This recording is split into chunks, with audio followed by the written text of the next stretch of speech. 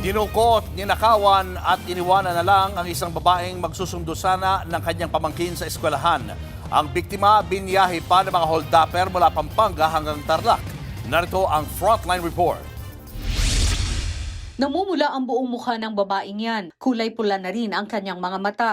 Nangyari yan matapos balutin ng duct tape ang buong mukha ng biktima na 34 years old. Base sa investigasyon, nitong July 14, Martes, susunduin sana ng biktima ang kanyang pamangkin sa school sa Angeles City, Pampanga. Nakuhanan pa ng CCTV ang minamaneho niyang SUV paliko ng eskwelahan bandang alas 2:30 ng hapon. Hindi na nakuhanan ng video pero dalawang lalaki raw ang lumapit sa babaeng driver. Dito na rin hinold up at sapilitang pinaupo sa likuran ng sasakyan. Iba na ang nagmaneho ng SUV. Muli itong nakuhanan ng CCTV mag-aalas 4 ng hapon sa bahagi ng barangay Pulong Bulo. Habang nasa sasakyan ay ninakawan na raw ang biktima. Mula Angeles City, Pampanga, nakarating sila sa Tarlac kung saan iniwanan na ang biktima sa loob ng kanyang sasakyan. 6 p.m.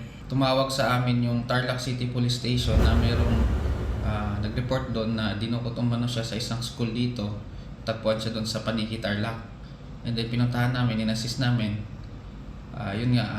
Biktima daw siya ng pandurukot at hold up, robbery. Nakuha sa biktima ang ATM card na may lamang 5,000 pesos at 3 cellphones na nagkakahalaga ng 100,000 piso. Sa pagsisiyasat ng mga pulis, napag-alamang kilala pala ng biktima ang isa sa mga suspect na si Engelbert Oligario. Napag-alamang sangkot din si Oligario sa paggamit ng ilegal na droga. Kinabukasan, naaresto siya sa follow-up operation. Nahaharap siya sa kasong robbery habang ang kasabwat niyang si alias Roy ay kasalukuyang pang tinutugis ng mga pulis.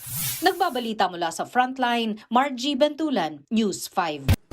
Mga kapatid, Julius Babaw po. Para sa komprehensibo at makabuluhang balitaan at talakayan, mag-follow at mag-subscribe na sa social media pages ng News 5.